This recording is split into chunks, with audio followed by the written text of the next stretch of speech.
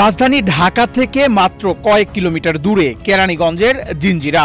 দীর্ঘদিন ধরেই এই এলাকা বিভিন্ন ধরনের নকল পণ্য উৎপাদনের কেন্দ্র হিসেবে পরিচিত। বলা হয় বাজারে এমন কোনো পণ্য নেই যা জিঞ্জিরায় তৈরি হয় না। কিন্তু বছরের পর বছর ধরে কিভাবে তৈরি হচ্ছে ভেজাল ও নকল পণ্য, সেই সব কারখানার ভেতরের অবস্থায় বা কেমন, জানতে জিঞ্জিরায় হাজির হয়েছিল বাংলাদেশ প্রতিদিনের টিম। প্রথমেই আমরা সরাসরি প্রবেশ করি শিশু খাদ্য তৈরির একটি কারখানায়। সেখানে গিয়ে যা দেখা গেল রীতিমতো তা বিস্ময়কর।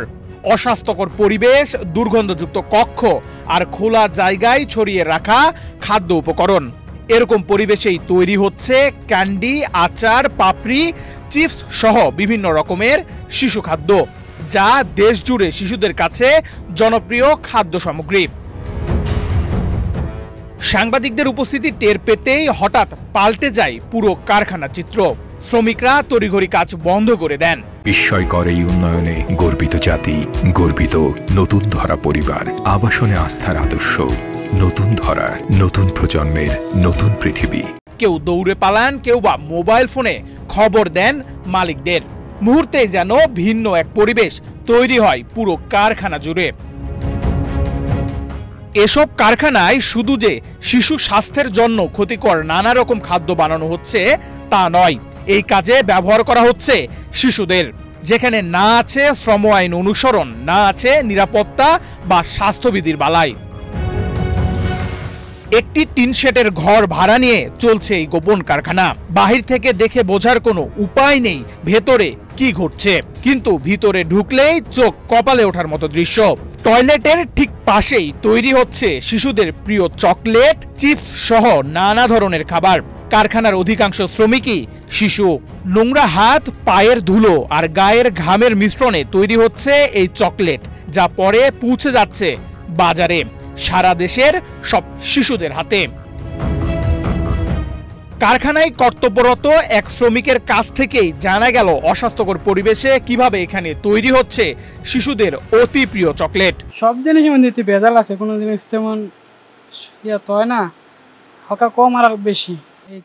এটাতে কি কম ভেজাল না বেশি ভেজাল? কমই ভাইয়া। ভিডিও ধারণ ও তথ্য নেওয়ার এক পর্যায়ে উপস্থিত হলেন এই কারখানার ম্যানেজার বিল্লাল। প্রথমে নানা ধরনের যুক্তি দেখিয়ে বুঝানোর চেষ্টা করলেন তাদের এই কার্যক্রম বৈধ, কিন্তু বাস্তবতা আসলে সম্পূর্ণ ভিন্ন।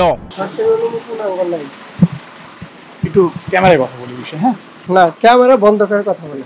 অস্বাস্থ্য তো আমি দেখি না কিছু। এই যে এখানে বাথরুম ঠিক আছে। এক পর্যায়ে টাকার প্রলোভন দেখালেন কারখানাটির ম্যানেজার বিল্লাল। ব্যর্থ হওয়ার পর সেখানে কয়েকজন লোককে ডেকে আনলেন। তারা ভিডিও ধারণ সহ অনুসন্ধান কাজে বাধা দেওয়ার চেষ্টা করেন। কারখানার ম্যানেজারের সঙ্গে শুরু থেকেই কথা বলার চেষ্টা করা হলেও তিনি এড়িয়ে যান। এক পর্যায়ে তিনি মুখ খুলতে বাধ্য হন। বাইরে আসেন, কথা বলি আপনাদের সাথে। ভিডিও করে কি লাভ? কারণ আমরা যেই বানিয়ে যাই দোকানদার করে দেই, দোকানদারেরই আমার ঘরে এরকম দেহে বানিয়ে দেয়, আবার দোকানদারেরা দেহ দিয়া যায় যে এরকম বানাইবা তোমরা। আমি যেটা দিয়ে বানাইতে আছি আমি দেই না যে এটা কোনো ক্ষতিকর আছে। তাহলে আমি আপনাকে নিয়ে এটার একটা স্যাম্পল নিয়ে চলেন, আমরা এটা একটু পরীক্ষা করে দেখি। এসব চকলেট অস্বাস্থ্যকর কিনা এমন প্রশ্নের জবাবে ম্যানেজার দাবি করেন এসব চকলেট তিনি নিজেও খান, এমনকি নিজের সন্তানদেরও খাওয়ান। আমরা খাই, আমার পরিবার খায়, পোলাপান খায়, ছেলে মেয়ে খায়, তারপর যারা আমাদের সাথে বানায় তারাও খায়। যখন শিশু শ্রমিকদের স্বাস্থ্য ঝুঁকি নিয়ে প্রশ্ন করা হয় তখন ক্ষিপ্ত হয়ে যান ম্যানেজার।